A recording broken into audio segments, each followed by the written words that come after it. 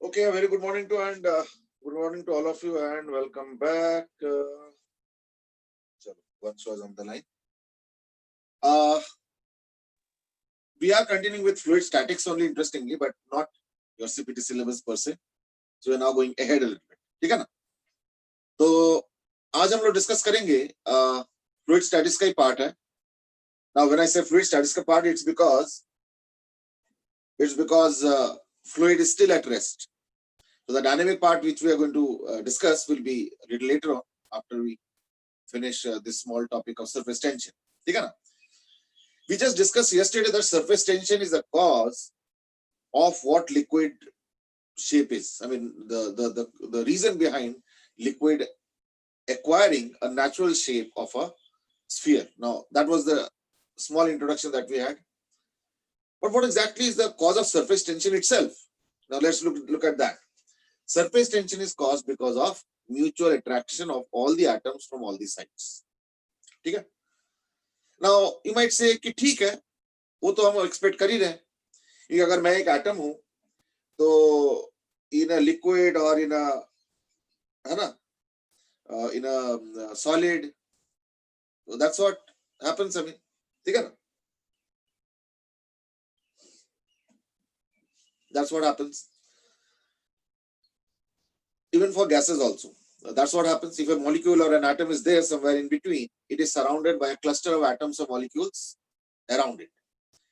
Now, in a gas, those molecules are not present at one place. In a liquid, at least you have a certain structure. Not exactly rigid structure, but you know that yes, you are being surrounded by some other molecules also. In a solid, the same thing is slightly more structured. In the sense, you know where exactly is the other atom. Now, in this way, it is slightly different. But in a general way, it is the same, that every atom or molecule, except the surface atom or molecules. Now, that is where the exceptional is. They are all surrounded by what? Other atoms or other molecules. Now, that is what the reality is. Let us say,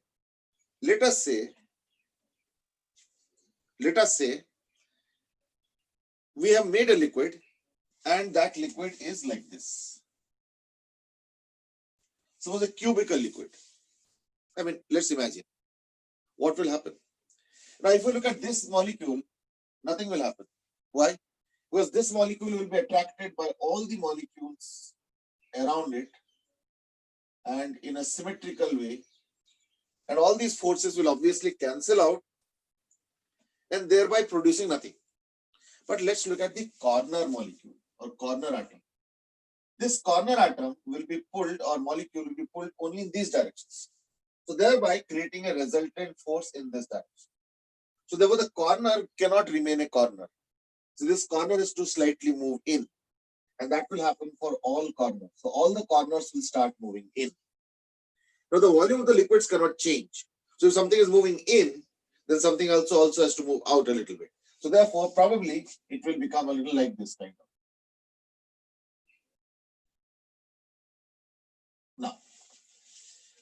Now, this process will go on happening.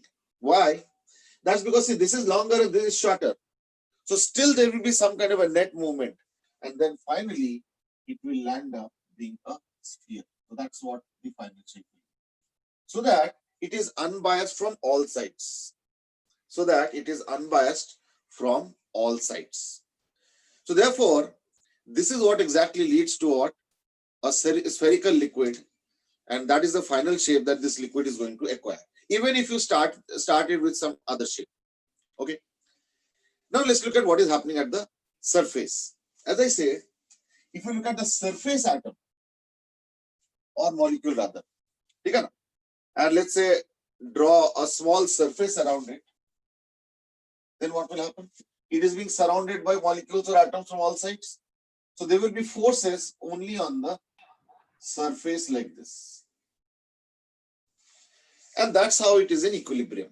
Mind you, it's a horizontal surface, or for that matter, any surface. So it's a surface. And the atom at the surface is being pulled from all sides. Now you might say, won't there be atoms pulling it downward also? The answer is yes. But that will not lead to anything. Why? Because the thing is that if there is a surface which is in equilibrium, that means that downward force will be offset by also some kind of an obstruction to the molecule or atom moving in. Now let me do one thing. Let me draw a imaginary line. So if I draw an imaginary line, then on that line, the forces are like this. On one side. And similarly on the other side also. Now this line may not be like this. This line can be any line. So if the line is drawn like this, let's say, so then the same thing will happen. You see? That means all these forces will result in a net force which is always perpendicular to the line. So there would be a net force perpendicular to the line. Net force perpendicular to the line. And that is what creates the tension. You see, there's a pulling kind of a force. Okay. So if I look at the force on the other side, that will also be like this. Even if you look at here, one force will be like this, then the other set of forces around it will also produce it. So therefore, that particular atom or molecule is always under some kind of a tension. Now, what is the net direction of tension will depend on the line that you are drawing, isn't it? And it is always perpendicular to it. Which means, if I look at the force profile on the entire line, then what will happen? They will be perpendicular forces like this. That's what happens. And on the other side also, see, it's not that I'm drawing only one-sided picture. No, there's other side also. But that is what tension is all about, isn't it? Tension is never force on only one side. Tension is always force on both sides. For example, let's say if I look at this thread, massless thread, I mean all those ideal cases and all. Now what happens? If you look at this section, at this section, what is happening? There is a tension in this direction also, and there's a force due to tension in this direction also. And for that matter, in any section, if you look at any section, it will always be like this. There is one force on this side, one force on this side, one force on this side, one force on this side. That is what is tension all about. And the same is happening here also. And that is on the surface. And that is why it is called as surface tension. Okay.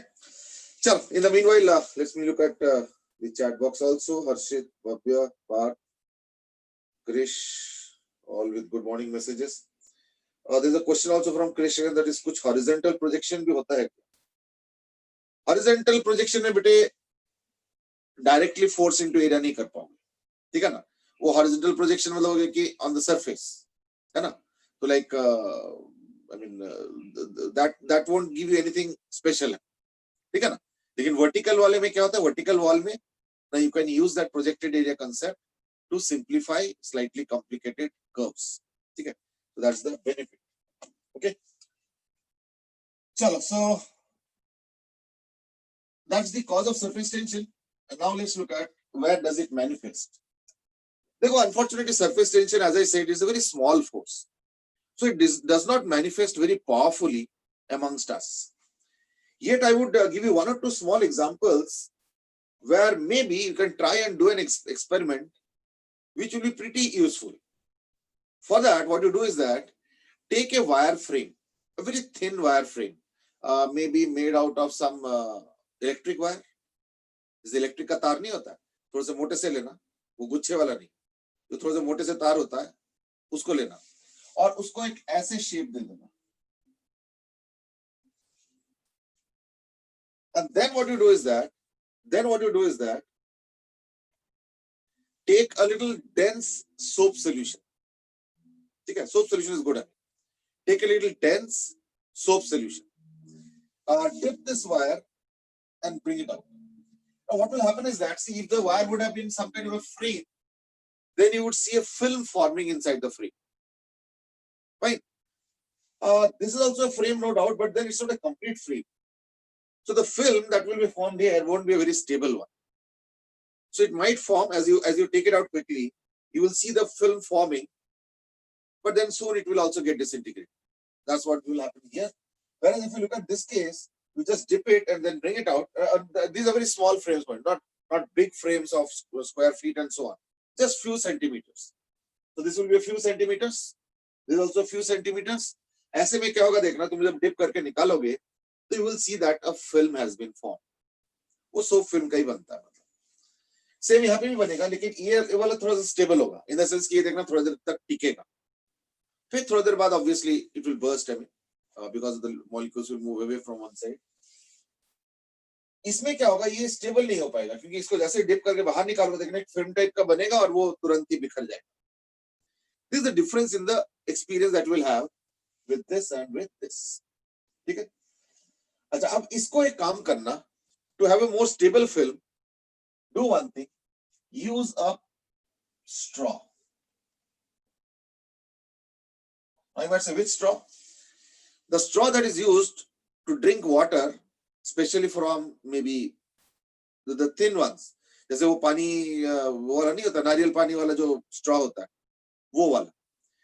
थोड़े मोटे straw मत use करना, बहुत पतले से straw use करना. तभी मैंने बोला नारियल पानी वाला straw, because they use generally very thin straws. ठीक है ना? That is a little bit marketing also, क्योंकि उसमें पानी बहुत कम होता है. तो अगर मोटे straw यूज करोगे, पानी खत्म. कितना? 50 रुपए. अच्छा, करके 50 रुपए चला गया, ऐसे लगता है. ठीक है ना? तो इसलिए वो क्या करते हैं, पतले से स्ट्रॉ डालते हैं. ठीक है ना? सो दैट पिए जाओगे एटलीस्ट कुछ तो लगेगा. हाँ, थोड़ा देर तक तो पिया मैंने नारियल पानी. इतना कॉस्टली भी होता है. 50 तो मैंने कम बोला शायद, थोड़े बड़े वाले तो 60-70 का ही बिकता है. ठीक है ना? चलो, एनीवे, ऐसे करके अगर तुम इसको हल्का सा पकड़ लेना यहाँ पे, सो दैट ये इधर उधर ना चला जाए, ऐसे करके डिप करके निकालो, तो देखना एक सोप फिल्म बनेगा. ठीक है. सोप फिल्म के हर पॉइंट पे यही होने वाला है जो मैंने बनाया, लेकिन उसका इफेक्ट दिखेगा कहां पे? प्रोनाउंस तरीके से, will be on the sides. Sides में देखो क्या होगा, ऐसे फोर्स होगा. ये देखो surface tension, as I said. तो what does surface tension do really? Surface tension always tries to minimize the surface area. So that's the first statement I write about surface tension. ठीक है ना? ये देखो, ये हो गया surface tension. So surface tension is a force which is what? Parallel to the surface. Okay, is parallel to the surface and tries to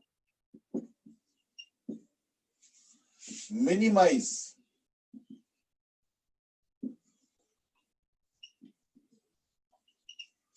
surface area. So therefore the force of surface tension in this case will try to, pull it from all sides.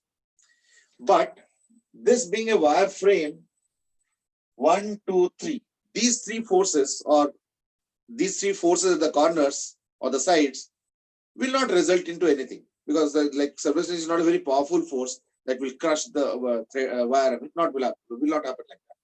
However, you will see that if you hold it like this here, you will see that this straw is getting slowly pulled in. So you will see that straw will soon go here. So in the process, what has happened?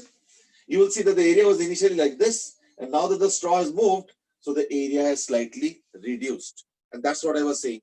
Surface tension tries to minimize the surface area. Got it? यही surface tension हमेशा कोशिश करता है. ठीक है? चलो, तो surface tension का इसी चीज को देखते हुए surface tension का definition दिया गया है. Surface tension T is equal to force per unit length. That is force per unit length. अब इसका मतलब समझो. इसका मतलब ये हुआ कि ये जो स्ट्रॉ है ना, देखना, अगर मान लो इसका लेंथ L है, suppose, not the entire length of the straw, only that boundary part, ये वाला पार्ट, उसका अगर लेंथ L होगा, तो इसमें जो फोर्स आएगा वो कितना आएगा? T into L. But actual में देखना, इस केस में T into L नहीं आएगा, फिल्म है इसलिए 2 into T into L आएगा.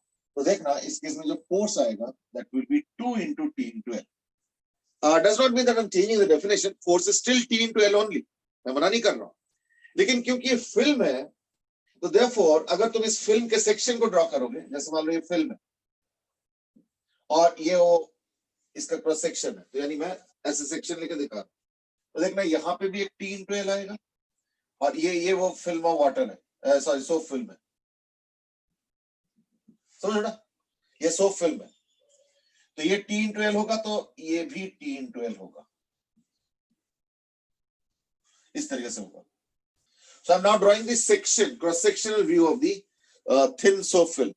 तो देखना ऐसे होगा, इसलिए ट्वाइस हो गया, T into L ऊपर T into L.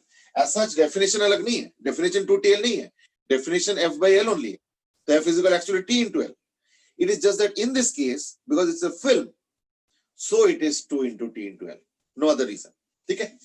चलो. So therefore, this straw is getting pulled in because of this net force. So that's the force, and that will be equal to 2TL. अब इसके साथ एक और चीज जुड़ा हुआ है, जरा इसको विजुलाइज करो. ग्रेविटेशनल फोर्स हुआ करता था, सर तो there is to be something. Sir 2TL का रीजन नहीं समझा. 2TL का रीजन ये होगा, देखो फिल्म है ना, तो फिल्म के जो ऊपर वाले मॉलिक्यूल्स है, जो कि इस स्ट्रॉ के साथ अटैच्ड है, वो पुल कर रहा है इसको, तो वो ऊपर वाले लेयर के मॉलिक्यूल्स है. और ये थिन फिल्म है, तो इसके नीचे वाले लेयर का भी मॉलिक्यूल्स होंगे, ये भी वैसे ही सरफेस एरिया कम करना चाहते हैं. तो सरफेस एरिया जहां सरफेस एरिया वहां कम करने की कोशिश करें. तो don't think that the surface area reduction tendency is only at the upper surface. There is a lower surface also. Why? Because this is not a liquid, this is a film, and a thin film has not one but two surfaces. तो उसके ऊपर के भी layer of molecules है और उसके नीचे के भी लेयर ऑफ मॉलिक्यूल्स है, तो वो दोनों तरफ से अपने एरिया को कम करना चाहता है, और इसी वजह से ये 2TL हो. तभी मैंने बोला ना, ये सेक्शनल व्यू है. ये जो फिल्म है ना, इसका सेक्शनल व्यू, मतलब मैंने यहाँ पे सपोज ऐसे करके कट किया वर्टिकली ऐसे, तो जो पेपर स्ट्रॉ है उसका जो सर्कुलर पार्ट है वो ये हो गया, और एक थिन फिल्म है तो ऐसे हो गया. देखो भले ही थिन फिल्म हो, but the thin film will also contain thousands of layers of atoms and molecules. That's because the atoms and molecules are too small in size. है नहीं? तो वही चीज मैं कर रहा हूँ. तो ये पूरा थिन फिल्म है और उसके ऊपर सरफेस है वो भी TL, नीचे सरफेस है वो भी TL, इस वजह से 2TL. Not from definition. Definition is still TL only, but from practical case है. अगर मान लो ऊपर सरफेस होता नीचे नहीं होता तो TL होता. No issues. ठीक है ना? That's all. I hope you are getting the point now. दो सरफेस है इसलिए. ठीक है बेटे?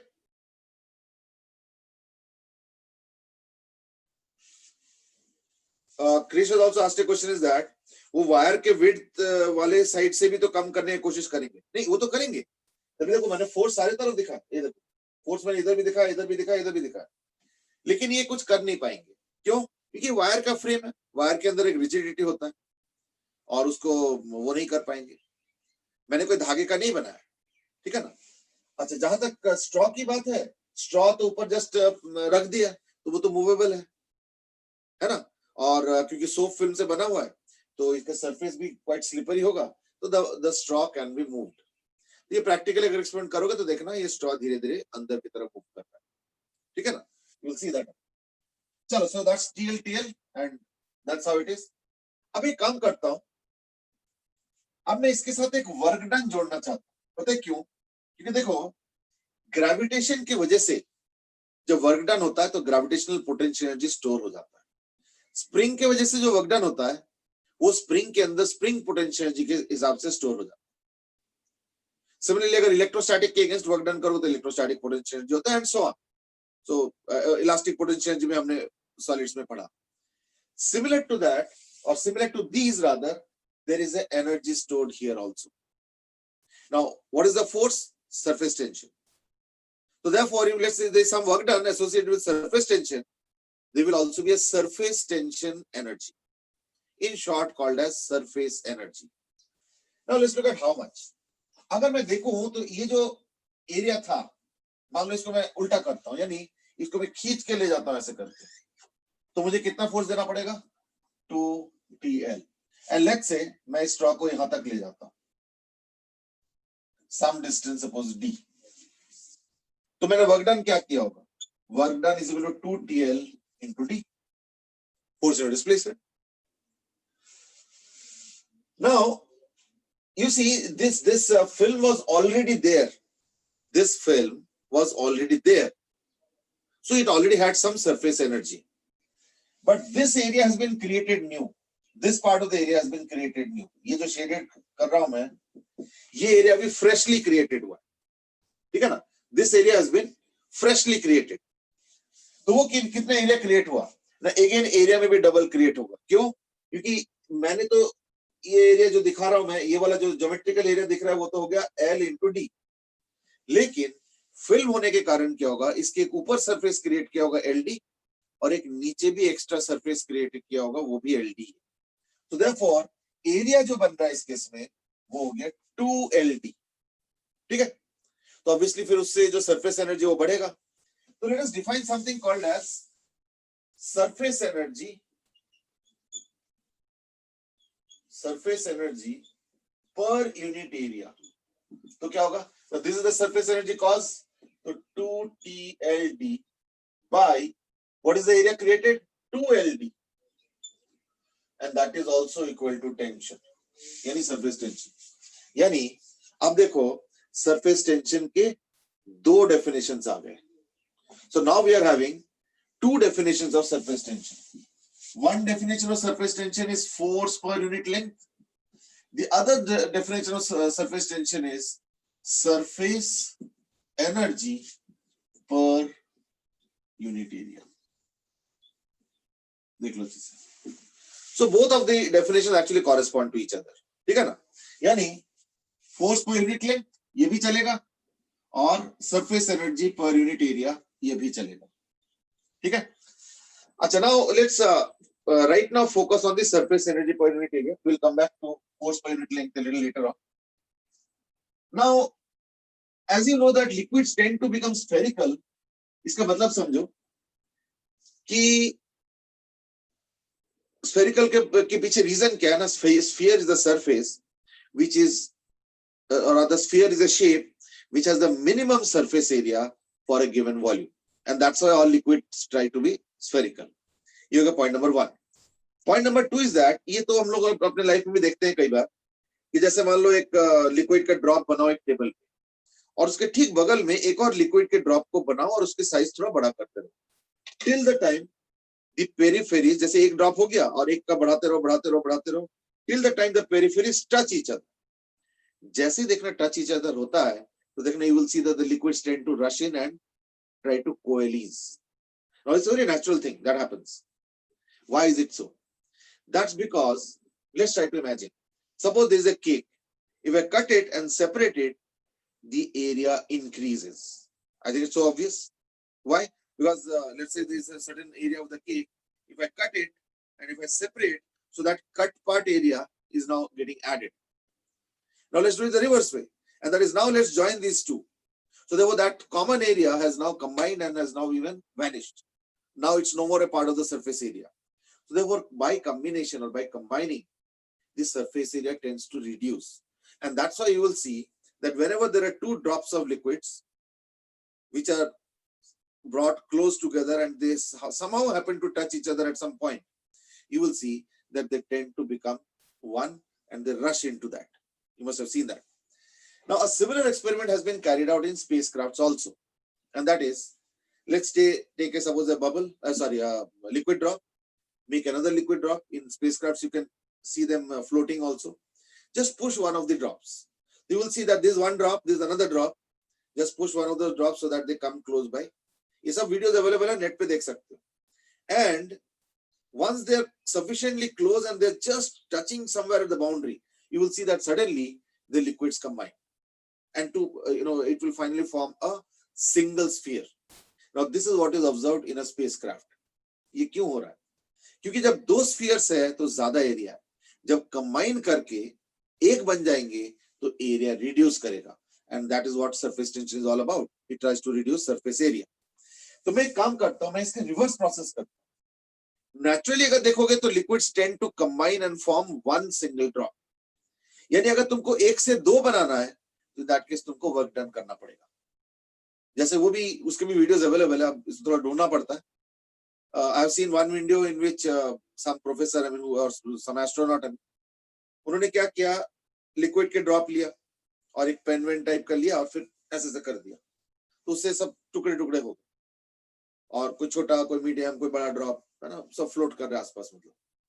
Then what he does is that patiently he takes again that same pen and just pushes one of the small drops, और वो small drop आया दूसरे के साथ कंबाइन करके मर्ज करके थोड़ा बड़ा, फिर इसको भी थोड़ा पुश कर दिया किसी और ड्रॉप की तरफ, तो उसके साथ गया, फिर मर्ज हो गया, फिर दूसरे को, तीसरे को, चौथे को, ऐसे करते करते धीरे धीरे 2-4 तो चिटक गया था, वो छोड़ दो, बट मोस्टली उसने क्या किया, फिर से गैदर करके वो ड्रॉप बनाया। And every time one of the liquid drops touches the other, they almost spontaneously tends to quickly combine, यानी उससे सरफेस टेंशन के इफेक्ट तुरंत प्रोनाउंस्ड पता चल जाता है।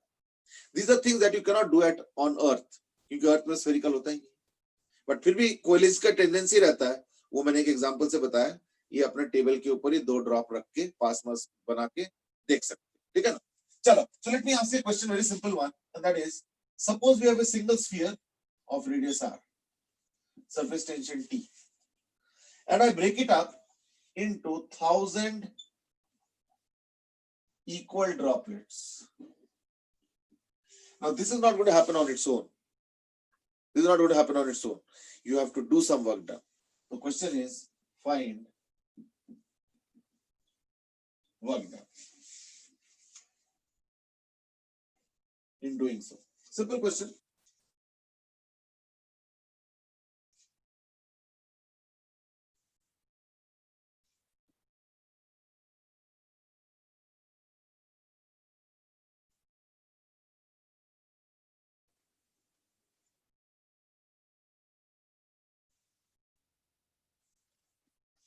Very simple question. Quickly do it. Now there are things. वो तो वायर के width भी कम करेंगे, नहीं सर, मतलब height को, height कहाँ से आ गई? ओम इज आस्किंग, अगर धागा होगा तो सर्कल बन जाता। हाँ, अगर धागा होगा ना तो इन दैट केस वो सर्कल का टेंडेंसी बनता, फिर वो कॉर्नर्स नहीं रहे, कॉर्नर को भी वो कर्व करा देगा, अगर वायर फ्रेम ना करके अगर मैं वायर धागा लिया होता। ओम इज आस्किंग, अगर इनविजिबल लिक्विड हो तभी कंबाइन करेंगे ना। देखो, अगर सेम टाइप ऑफ लिक्विड्स होगा तो इफेक्टिवली कंबाइन करें, इनविजिबल होगा तो in that case they can not combine, that is because of different reason, that is because they don't have attractive forces, ठीक है ना, they have repulsive forces on the whole.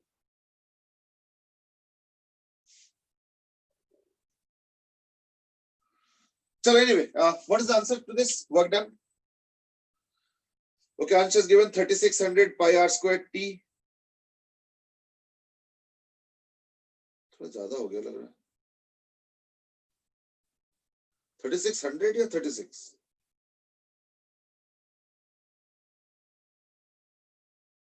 या कुछ और?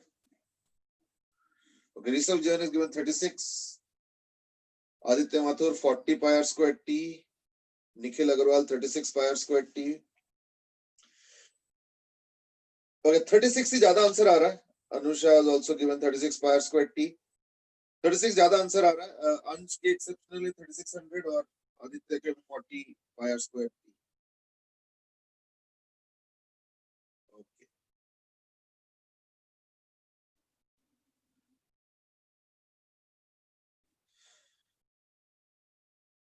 Now Ansha Agarwal has changed the answer to 36. Sneha Agarwal has also given 36. Chalo, ठीक. 36 seems to be the predominant answer, and most probably that would be the right answer. Initial surface energy, initial, is equal to 4 pi r square into t. Now breaking up into 1000 equal droplets would mean that each of them will have a radius of r by 10. क्यों? ये r by 10 का cube के हिसाब से होता है.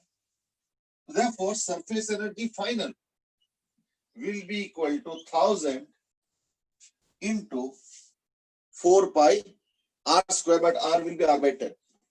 So into 4 pi r dash square into t, and that is equal to 40 pi r square into t. That's it. So initial energy 4, final energy 40, work done 36. Therefore, work done will be equal to 36 pi r square t. ठीक है, चलो, simple question, simple answer, बिल्कुल सही है. ज्यादातर लोगों ने correct answer दिए, एक आध लोगों ने शायद कैलकुलेशन मिस्टेक किए होंगे. ठीक है, या आई थिंक एक आंसर 40 भी आया था, तो 40 is the final surface energy, not the work done. ठीक है. चलो ठीक है, that's the small story on surface energy. If required, we will focus more on this later on.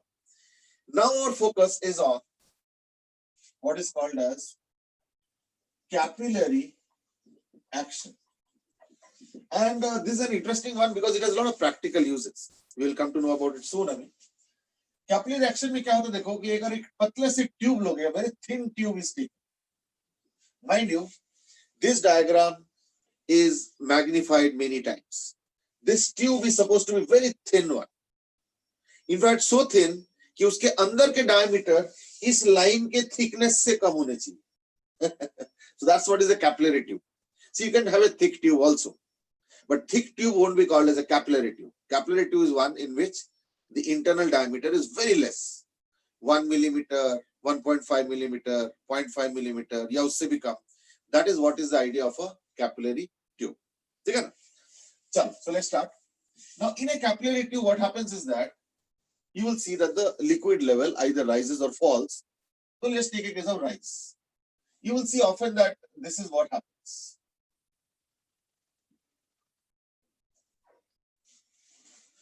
This is what is called as a meniscus. Now, why and how we will discuss at a molecular level a little later on. वो हम लोग बाद में करेंगे, ठीक है ना? अभी हम देखते हैं कि इसके सरफेस टेंशन में से होता क्या. As I said, surface tension का इफेक्ट हम लोग जनरली बाउंड्री पे स्टडी करते हैं, क्योंकि बाउंड्री में वन साइडेड होता है. बाकी जगह क्या होता है, वो चारों तरफ इक्वल एंड ऑपोजिट होके बैलेंस होके खत्म हो जाता है. पर बाउंड्री में बैलेंस नहीं होता है, बाउंड्री से ही क्रिएशन होता है कुछ ना कुछ इफेक्ट. तो इसके अगर बाउंड्री देखते हो तो क्या हो रहा है ना, देखो ये इसका मेनिस्कस है, ऐसे करके. If I draw the force profile on this, तो क्या होगा ना, उसका देखना ऐसे होगा, इस तरीके से कुछ.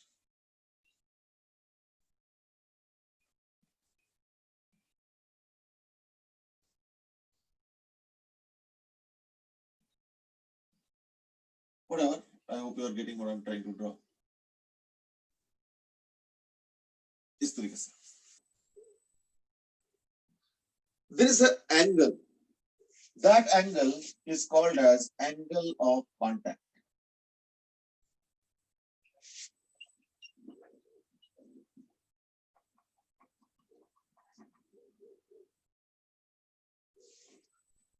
Actually, I'm starting a little ahead of the discussion in the sense कि इसमें एक preliminary discussion ये भी आता है कि liquid ऊपर कैसे गया. That's discussion number 1. एक और discussion आता है कि ये meniscus कैसे बना. Discussion number 2. Discussion number 3 is that इस meniscus के साथ इस wall का जो angle है, जिसको हम लोग angle of contact बोल रहे हैं, वो कैसे बन गया. So there are 3 questions which I am not answering right now. We will answer that a little later on. ये नहीं तो बहुत मिक्स डिस्कशन हो जाएगा, फिर लंबा खींचता जाएगा.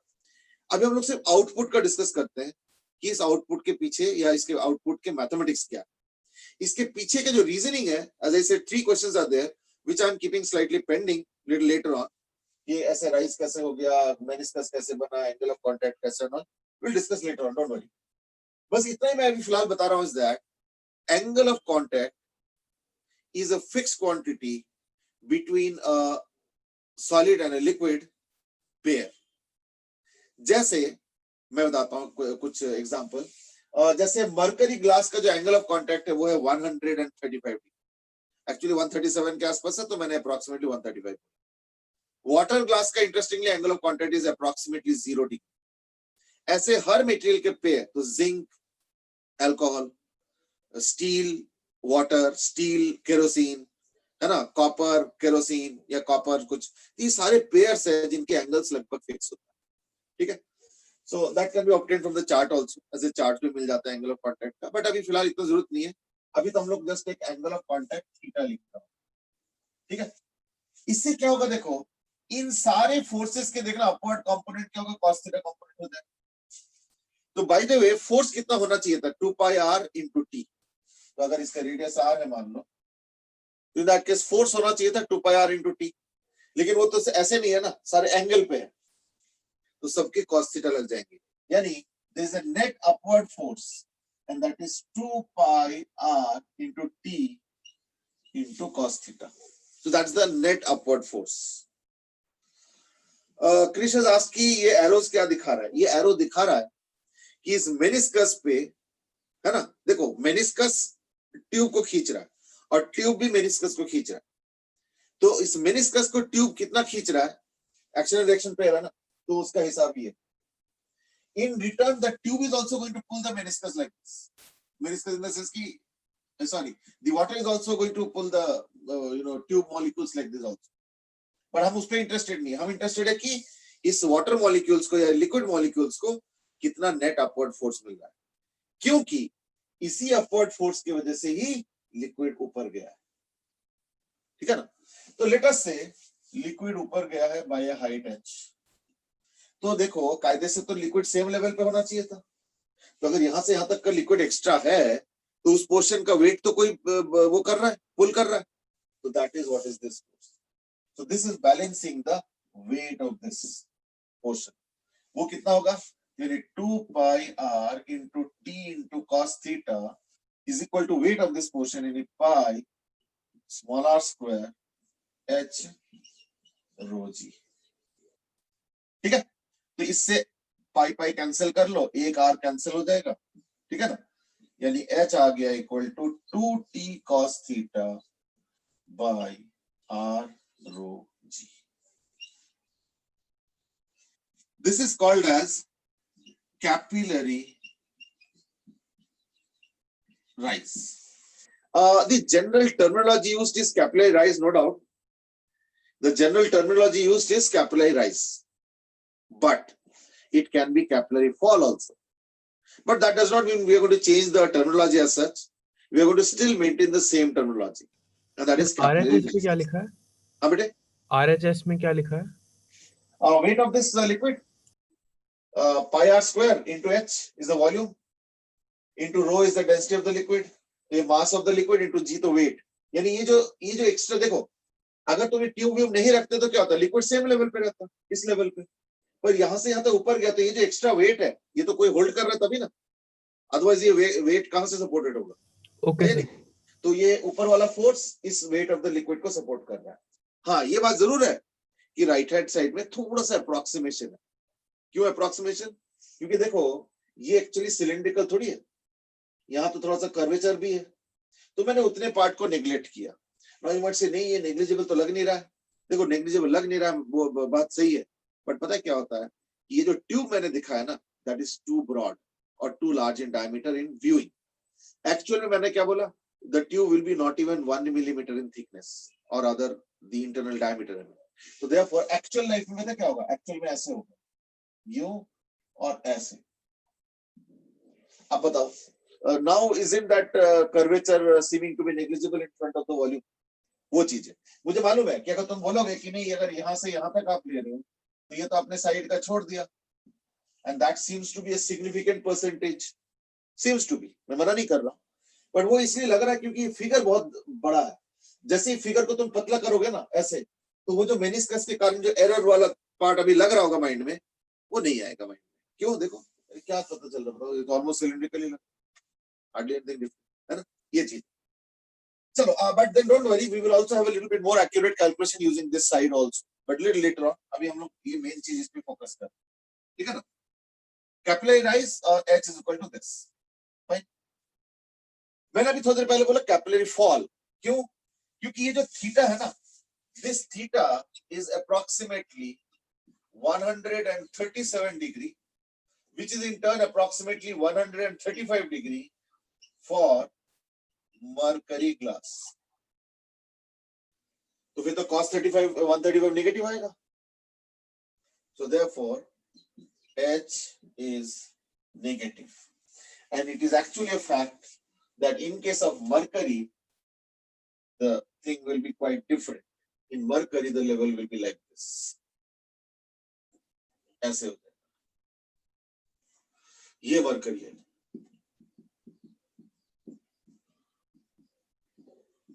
this is what is mercury, ये सारा मरकरी है, ठीक है। और ये जो एंगल है ना, ये देखो, ये एंगल 135 डिग्री, देख लो अच्छे से। मतलब 137 डिग्री जो मैं कह रहा था, 135 इसलिए ले रहा हूँ so that you can also calculate -1/√2 and all. तो नेगेटिव है, तो देखो ये हो गया कैपिलरी फॉल। या तो आप इसको बोलेंगे कि माइनस इतना सेंटीमीटर कैपिलरी राइज, ये भी बोल सकते हो, माइनस लेट्स से 2 सेंटीमीटर है सपोज, तो -2 centimetre capillary rise in case of mercury glass, नहीं तो 2 centimetre capillary fall, whichever way you want to call it. So this hence when put negative is a capillary rise, and in this case it's a capillary fall. But mind you, all these are happening for very thin tubes. ठीक है, चलो, so that's all. In fact, water glass का एक फायदा है, पता है क्या? Water glass के जो angle of contact होता है वो approximately 0 degree, तो cos 0 1 होता है, तो water में तो फॉर्मूला चेंज ही हो जाता है, मतलब चेंज क्या हो जाता है, सिंप्लीफाई हो जाता है, 2t/r हो जाता है, क्योंकि वाटर ग्लास में cos थीटा 1 है, थीटा 0 approximately. ठीक है, अच्छा, one more thing that I would like to point out here is that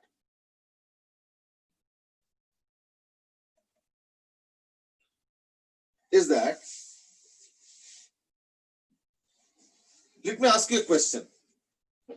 देखो हम लोग कई बार, वैसे तो एडवर्टाइजमेंट में देखो तो if you take a cold drink bottle, the advertisements will always show all those hero heroines drinking like this. But कुछ लोग कंफर्टेबल नहीं होते या कुछ लोग उसको इस तरह से नहीं पीना चाहते हैं, तो they put a straw inside and then so they want to enjoy the cold drink like this. So various ways of enjoying it. कुछ उस लोग ग्लास में डाल देते हैं and then so and so forth, like many ways are there. What is my question? My question is that suppose I use a bigger straw. So what I do is that I put that cold drink bottle on the ground and then put a long straw. So you're not sitting on the ground, you're standing on the ground only. The cold drink bottle is in the ground and I use a very long straw, okay, long straw, and then start trying to drink the cold drink. I will repeat the situation. Cold drink bottle on the ground, I use a long straw, that straw that we use, same बस उसको बड़ा कर दिया. Can I drink that cold drink with the help of the straw? Yes or no?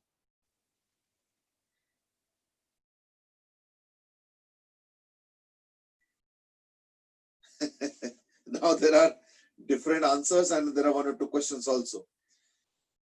Question number 1 is that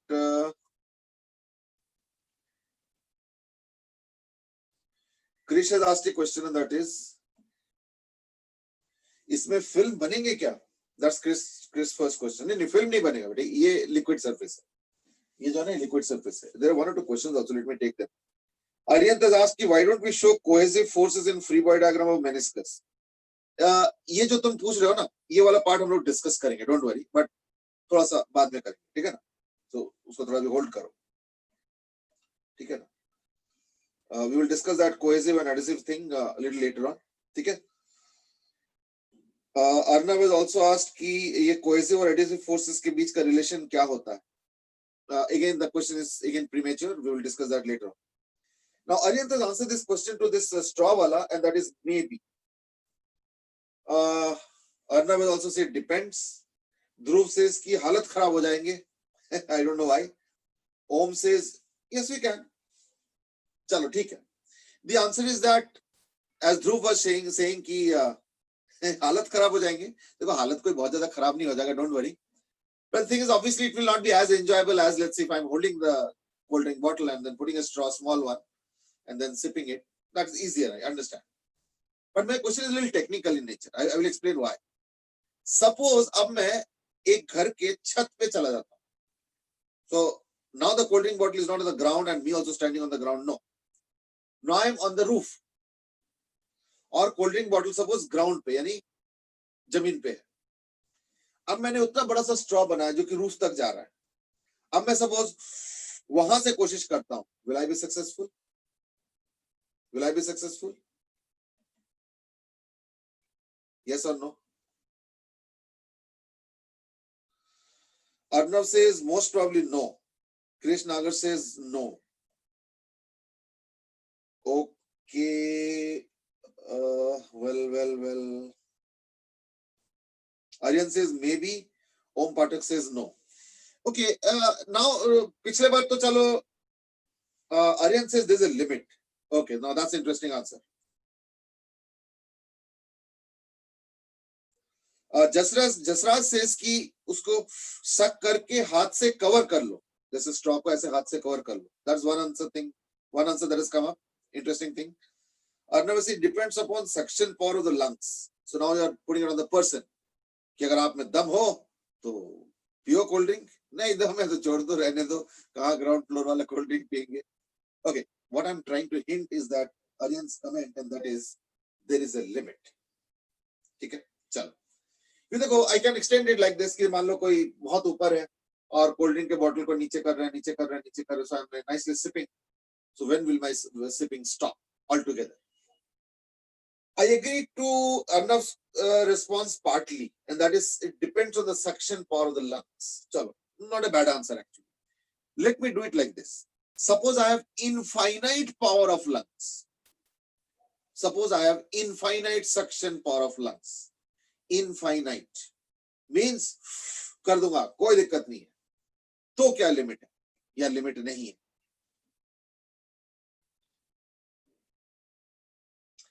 Arnav has also said कि there has to be some work done. So that's a different aspect. Let's not focus on that. Aryan says कि depends upon suction power. चलो वो तो पहले भी बोला. Aryan says ऐसे तो Eiffel Tower के ऊपर से भी लोग पी लेंगे. नहीं बेटा, ऐसे नहीं हो पाएगा. Okay, move aside. देखो, ऐसे नहीं हो पाएगा. Let me explain the concept. The concept is that no doubt we are using suction power to pull up the liquid. Agree कर रहा हूं, लेकिन पता क्या होता है, मैं बताता हूं.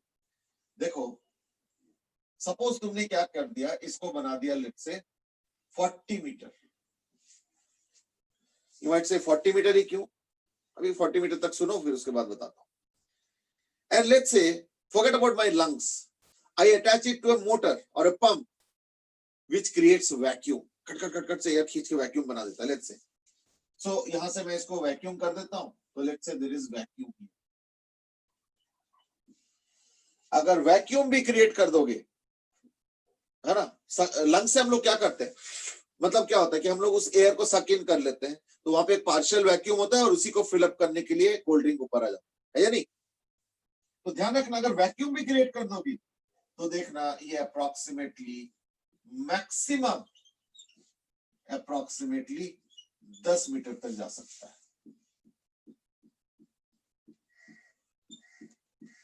10 मीटर का कहां से आ गया? तो देखो, 1 atmospheric pressure is 76 centimetre of mercury column, और मर्करी का डेंसिटी होता है 13.6. तो देयरफॉर अगर तुम वाटर के इक्विवेलेंट जानोगे तो इन दैट केस कितना होगा पता है? 76 into 13.6 centimetre of water.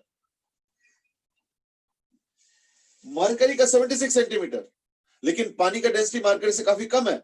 Mercury का डेंसिटी 13.6 है और उसका 76 सेंटीमीटर होता है. तो अगर मैं उसी चीज को 1 एटमॉस्फेरिक प्रेशर को पानी से वो करूंगा, तो that case that turns out to be, इन दोनों को मल्टीप्लाई करो, अप्रोक्सीमेटली 10 मीटर आता है. यानी तुम्हारे अंदर कितना भी दम हो, मैंने वैक्यूम बता दिया, वैक्यूम भी कर दोगे यहाँ पे, तो भी लिक्विड का लेयर 10 मीटर से ऊपर तुम नहीं खींच सकते. अब कोल्ड ड्रिंक है तो शायद डेंसिटी थोड़ा अलग भी हो सकता है, हल्का फुल्का, तभी मैंने बोला अप्रोक्सीमेटली 10 मीटर के आसपास, उससे ज्यादा तुम खींच नहीं सकते. ठीक है, क्योंकि यहाँ पे 0 प्रेशर है और इसका प्रेशर 1 एटमॉस्फेरिक प्रेशर हो गया 10 मीटर का, तो यहाँ पे भी 1 एटमॉस्फेरिक प्रेशर है, तो बैलेंस हो गया. यानी समझो, इसको करके तुम मैक्स अगर इनफाइनाइट लंग कैपेसिटी ले लो, तो इन दैट केस मैक्सिमम जो तुम खींच सकते हो पानी ऊपर की तरफ वो है 10 मीटर, उससे ज्यादा नहीं. एक फ्लोर का छत अगर देखो होता है अराउंड 3, 4, 5 मीटर तक हो सकता है, तो एक फ्लोर तक तो शायद हम खींच लेंगे, पर जैसे 2 या 3 फ्लोर कर दोगे तो मुश्किल होने लगेगा. एक स्टेज के बाद तो इम्पॉसिबल हो जाएगा, even if you are using the most powerful motor और पंप कि वैक्यूम क्रिएट करा दो. ठीक है, now that is the actual reality.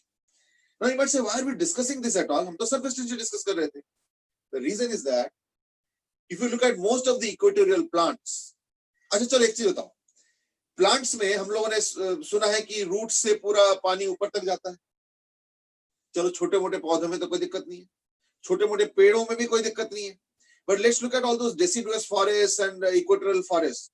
some of the trees are more than 50-60 meters. 50 metre ऊपर जो पौधे के पत्ते हैं, have you ever wondered कि उसमें पानी कैसे पहुंचता है? उसके तो देखना ऐसे ऐसे बड़े बड़े पेड़ हैं जिनके देखना 10 मीटर तक तो एक पत्ते भी नहीं है, तो यानी उसके जो पत्ते होते हैं, जो लीव्स होता है, वो 10 मीटर के बाद स्टार्ट हुआ and running up to let's say 50 metres, यानी 10 मीटर के ऊपर तो पानी पहुंच ही नहीं सकता।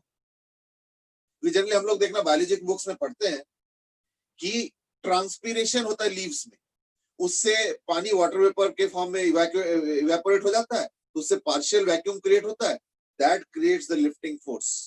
It's a wrong answer. For small bushes, shrubs and herbs and small trees of length height 4-5 meters, this will work, not beyond that, not beyond that। तो जरा सोचो कि 30-30, 40-40 मीटर जो पेड़ होते हैं जिसमें 10 मीटर तक तो एक भी पत्ता नहीं है, तो उन पत्तों में यानी लीव्स में पानी कैसे पहुंचता है? सोच के बताओ। Answer also given the same answer कि ये तो ट्रांसपीरेशन का पुल होता है। ये ट्रांसपीरेशन का पुल का जो आंसर बायोलॉजी बुक्स में दिया हुआ है तुम लोगों के, वो गलत answer. Transpiration pull can work only till around 4-5 metres. नहीं मिनट्स, अभी तो आपने 10 मीटर बोला। 10 मीटर तो तब ना जब ये वैक्यूम क्रिएट कर दोगे। Transpiration can not create vacuum, transpiration creates a partial vacuum. इसलिए मैंने बोला कि 10 मीटर की जगह अराउंड 4-5 मीटर्स। चलो एक्सट्रीम केस ले लो, सपोज इमेजिन कर लो आइडियल केस में फुल वैक्यूम कर दो, तो भी तो 10 मीटर के ऊपर नहीं जा सकते, है या नहीं, है ना? तो ये जो एसेंट ऑफ सैप होता है, which is the answer that Arihant is giving, is because of this capillary action. अब देखो होता कैसे है। Have a look at this R. जितने पतले ट्यूब होगा उतना आर कम होगा, आर कम होगा उतना ही उससे हाइट ज्यादा होगा, उतना ही उससे हाइट ज्यादा होगा। यानी ये जो 40-40, 50-50 मीटर तक पौधे के पानी जा रहा है, वो पता है कैसे जा रहा है? सिर्फ पानी नहीं, पानी and dissolved materials and all those things जो कि रूट से आता है, वो कैसे जा रहा है? That is because of capillary action.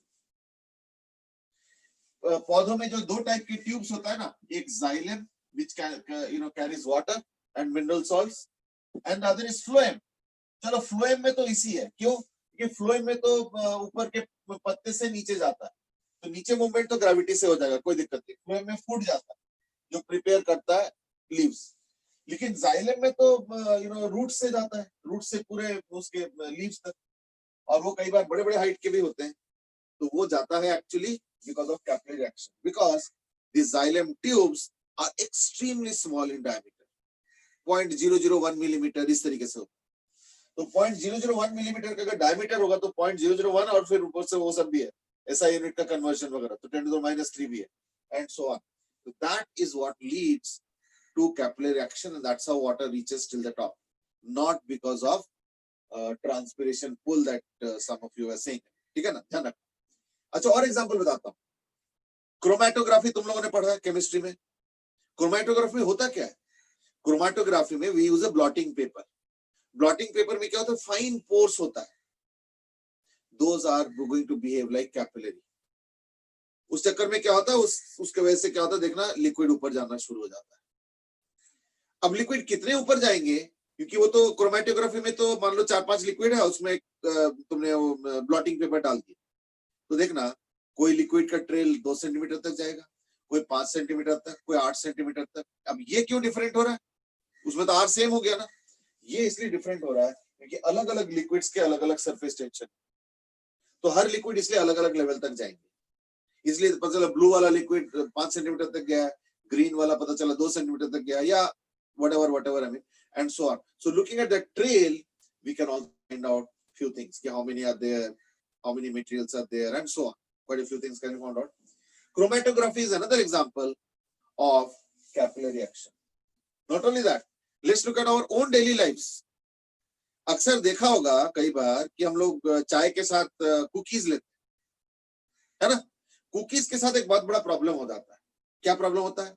अगर काफी गर्म चाय लोगे, है ना, और अगर उसमें कुकी डालोगे, और जब कुकी को हम बाहर मतलब जब हम सोचते हैं कि चलो उसके अंदर थोड़ा सा उसको वेट कर लेते हैं बाय द टी, हमें थोड़ा उसका टेस्ट अच्छा हो जाता है, तो ऐसे करके निकालते हैं तो देखते हैं कि कुकी तो ऐसे था, लिक्विड में डिप किया और ये देखना सारा क्रम्बल कर जाता है, और जब निकालते हैं तो बस इतना ही पार्ट रह जाता है, थोड़ा सा पार्ट। अब हम देखते रहते हैं ये क्या हो गया, बाकी कहाँ चला गया, है या नहीं? ऐसे क्यों?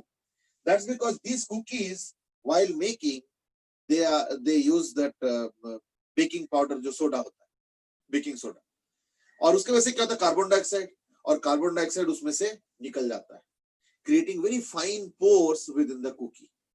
और वो जो pores है they are also going to behave like capillary action. तो उससे क्या होता है, जैसे ही उस लिक्विड को टच किया तो उस पोर्स के अंदर लिक्विड घुस जाता है, तो उसके चक्कर में तो वेट हो जाता है और सॉफ्ट हो जाता है, and often they even crumble and fall into the liquid itself. खैर हम लोग भी चालाक हैं, हम लोग भी क्या करते हैं, जब चाय खत्म हो जाता है तो चाय के कप में देखना एक लेयर ऑफ कुकी का वो बना हुआ आता है, वो टेस्टी होता है, और अगर आसपास कोई नहीं है तब तो हम लोग उसी को ऐसे से करके कंज्यूम कर लेते हैं, और अगर आसपास कोई होता है तो थोड़ा सा सोफिस्टिकेटेड तरीके से करते हैं, चम्मच से एंड ऑल, है ना। कई बार तो आसपास कोई नहीं है तो फिर कप ऐसे पकड़ के टंग से ही हम लोग कर लेते हैं। so those are all practical experiences, but the key thing is that वो जो पानी घुस गया, सॉरी जो टी या चाय या दूध या जो भी है जो घुस गया उसके अंदर, that is also nothing but capillary action. So actually capillary reaction we see around us in several places. वो अलग बात है कि इसमें अभी भी वो सब चीजें एक्सप्लेन नहीं हुआ है कि एंगल ऑफ कांटेक्ट वगैरह कैसे क्रिएट होता है, ठीक है ना, that we will discuss in a short while, don't worry. अच्छा, इसके अलावा there is another discussion and that is like this, that suppose there is a liquid drop,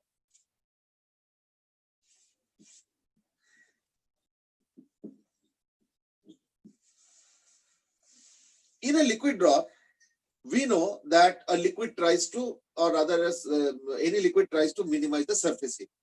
अब इसका सरफेस एरिया क्या है, 4 pi r square, तो minimise कैसे करेंगे ना, अगर r रिड्यूस करेंगे तो ही हो सकता है।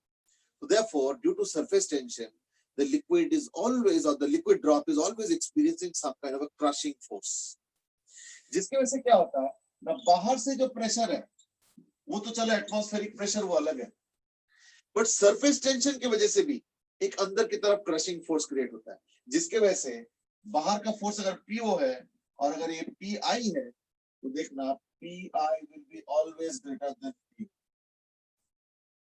So this is the differential pressure, यानी internal pressure is more than that of the external pressure, ठीक है ना। तो let's see वो कितना होता है, ठीक है ना।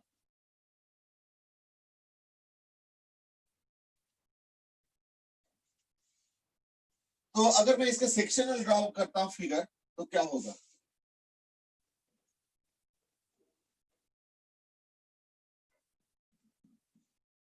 ये देखो,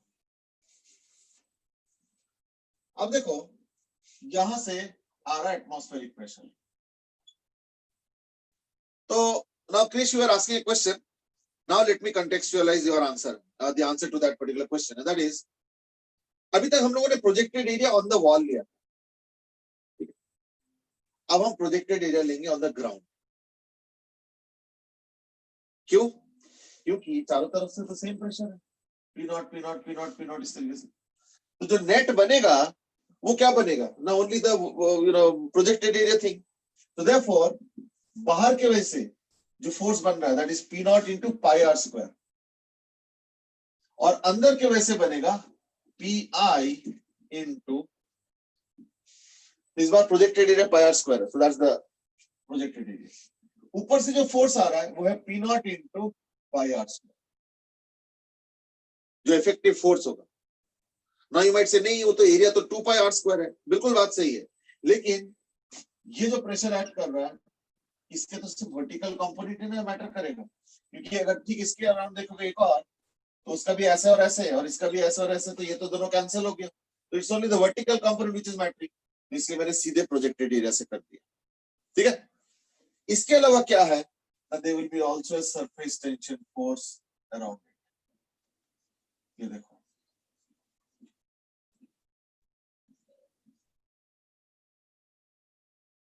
ठीक है, बाउंड्री पे है, सर वो फोर्स बाउंड्री पे नहीं लगी, कर्व्ड सरफेस, हाँ बाउंड्री पे दिखा रहा हूँ मैं, ये देखो सर वो ऊपर कर्व्ड सरफेस, हाँ, तो कर्व सरफेस में प्रेशर लगेगा हर जगह, ये देखो ऐसे लगेगा, फिर ऐसे भी लगेगा, ऐसे भी लगेगा, ऐसे भी लगेगा, ऐसे भी लगेगा, सो ये मैं बाहर के एटमॉस्फेरिक प्रेशर की बात कर रहा हूँ। सरफेस टेंशन तो सिर्फ बाउंड्री वाला लेंगे, तो मैं क्या कर रहा हूँ, मैं इसको कट कर रहा हूँ यहाँ पे, तो इसको दो हेमिस्फीयर्स में इमेजिन कर रहा हूँ, ठीक है ना। तो एक अंदर की तरफ से प्रेशर आ रहा है P into pi r square, और एक बाहर की तरफ से ये वाला वेरिएबल प्रेशर होगा, variable in the sense not in terms of magnitude but in terms of direction at every point, अलग ऐसे होगा। तो उसमें जो हॉरिजॉन्टल है वो तो कैंसिल होता है, तो वर्टिकल वाला ही चाहिए, तो वर्टिकल वाला इफेक्टिव एरिया ले लो, तो क्या होगा PO into pi r square. यानी इफेक्टिवली देखो क्या हो रहा है, क्योंकि ये लिक्विड तो इक्विलिब्रियम में है, तो therefore I can say PO into pi r square plus surface का, अच्छा अभी तक देखो ट्वाइस करते थे, अब ट्वाइस नहीं करेंगे, क्यों, कि देखो अब फिल्म नहीं है, अब ये लिक्विड है, तो लिक्विड का एक ही सरफेस एरिया, तो देयरफॉर ये जो सरफेस टेंशन की वजह से जो फोर्स क्रिएट हुआ है that is 2 pi r into t, length into t, length बोलते क्या होगा 2 pi r is equal to p i into pi r square, यानी p i is equal to या p i minus p o that is pressure difference is equal to कितना आएगा, ना pi r square से divide कर सर लो। इस इक्वेशन की पीछे का लॉजिक एक बार दोबारा बता दो। देखो what I'm saying is that this surface tension will try to reduce the surface area. How will it do? ना अगर तुम एक छोटा सा एरिया देखते हो, कोई सा भी एरिया देखो, तो इसको अगर बड़ा करके देखो तो ऐसे बनता है, तो अगर इसके देखोगे तो देखना सरफेस टेंशन ऐसे ऐसे लग रहा है इसके ऊपर, छोटा सा एरिया लिया मैंने, छोटा सा ऊपर ऊपर वाला पार्ट, तो यानी क्या हो रहा है, नीचे की तरफ फोर्स दे रहा है, ऐसे हर जगह होगा, तो यानी हर एरिया से क्या हो रहा है, एक अंदर की तरफ क्रशिंग फोर्स क्रिएट हो रहा है सरफेस टेंशन के कारण, क्योंकि सरफेस एरिया को कम करने की कोशिश कर रहा है। तो इसका मतलब क्या हुआ कि अगर मान लो surface tension area, sorry surface tension करके कोई चीज होता ही नहीं लेट्स से, और मेरे पास अगर स्फेरिकल ड्रॉप होता तो क्या होता ना, अंदर उतना ही प्रेशर होता जितना कि बाहर से अप्लाई हो रहा है, so that they can neutralise and be at equilibrium. लेकिन अब क्या हो रहा है, जो बाहर से प्रेशर ऐड कर रहा है वो तो इस लिक्विड को क्रश करने की कोशिश कर ही रहा है, यानी दबाने की कोशिश कर ही रहा है, उसको न्यूट्रलाइज करने के लिए तो चाहिए उतना, ऊपर से सरफेस टेंशन भी उसको माइल्डली कोशिश कर रहा है क्रश करने का, तो यानी अंदर का जो प्रेशर होगा वो ज्यादा होगा। अब वो कितना ज्यादा, कैसे उसका हिसाब कैसे करेंगे, तो उसके लिए मैंने बोला एक काम करो, इसमें हाफ कर लो लिक्विड को, और उसका फ्री बॉडी डायग्राम बनाओ, तो अंदर की तरफ प्रेशर है उसका फोर्स, बाहर की तरफ अलग अलग दिशाओं में फोर्स है, लेकिन वो इफेक्टिवली डाउनवर्ड से आएंगे रिजल्टेंट, तो उसका एक अलग फोर्स, और अगर दो लिक्विड को अलग कर दो तो यानी उनके बीच में सरफेस टेंशन का इंटरेक्शन फोर्स, तो वो हो गया 2 पाई आर इनटू टी, यानी नीचे की तरफ दो फोर्स हो गया, एक बाहर का प्रेशर का फोर्स और एक सरफेस टेंशन का फोर्स, और अंदर का प्रेशर क्या कर रहा है, इस सबको विथस्टैंड कर रहा है, तभी तो लिक्विड इक्विलिब्रियम में। अगर दोनों में से कोई कम ज्यादा हो जाता तो अकॉर्डिंगली फिर या तो लिक्विड फुल गया होता या तो क्रश हो गया होता, दोनों में से कोई भी नहीं हो रहा है, तो that's what the status is, यानी p minus p o is equal to what, 2t by r। तो मैथमेटिक्स तो खैर आई होप इट्स सिंपल है, वो देख लो मैथमेटिक्स में कोई दिक्कत है तो that means there is a pressure difference in a liquid drop. How much is that? That is equal to 2t upon r. ठीक है, अब एक चीज और देखो, अगर मान लो ये लिक्विड ड्रॉप नहीं होता, सपोज अगर एयर बबल होता, मतलब अंदर भी एयर है सपोज, तो क्या कंसेप्ट अलग हो जाता? द आंसर इज थोड़ा सा अलग हो जाता। क्या अलग होता है ना, इन दैट केस ये 2 पाई r इंटू टी ना होके ये 2 इंटू 2 पाई r इंटू टी हो जाता। क्यों? क्योंकि अगर बबल है, एयर बबल है, इन दैट केस बाहर एक अलग सरफेस है और अंदर एक अलग सरफेस है या नहीं, तो उसका डबल हो जाता फिर। Of course I am assuming a very thin film, नहीं तो फिर फिल्म का थिकनेस भी मैटर कर जाएगा। क्यों? क्योंकि फिर अलग का बाहर का एरिया अलग हो जाएगा, फिर अंदर का एरिया अलग हो जाएगा, तो that's a different matter. I am not going to that, but the point is that if the film is very thin, in that case क्या होगा, in that case 2 pi r into t की जगह 2 into 2 pi r into t कर दें, तो उससे क्या होगा ना, 2 की जगह 4 हो जाएगा। That means this is the pressure difference in case of a liquid drop। और अगर बाय चांस लिक्विड ड्रॉप ना हो कि अगर मान लो है ना एयर बबल होता इसी केस में, तो इन दैट केस क्या होता ना, P minus PO would have become double 40 by r। क्यों? क्योंकि जो अंदर का सरफेस है वो भी ऐसी सरफेस टेंशन फोर्स देता, इन दैट केस क्या होता है ना, अगर ऐसे एक वो बना दो इस तरीके से, of course it's not so thick but just for a bias diagram में, फिर क्या होता है ना, सरफेस टेंशन यहाँ पे भी आता ऐसे ऐसे करके, और इधर भी क्रिएट होता अंदर के सरफेस पे भी, है ना, चारों तरफ, and so on. I hope you realising what I am doing. In that case क्या होता, डबल 2 sets of forces, यानी 2 times कर देता, ये 4 T by R हो जाता, यानी 4 times T upon R. ये देखो, this is the pressure difference between inside and outside due to liquid drop which has only one surface and due to an air bubble which has 2 surfaces. बस इतना ही difference, कोई ज्यादा difference नहीं है, ठीक है ना.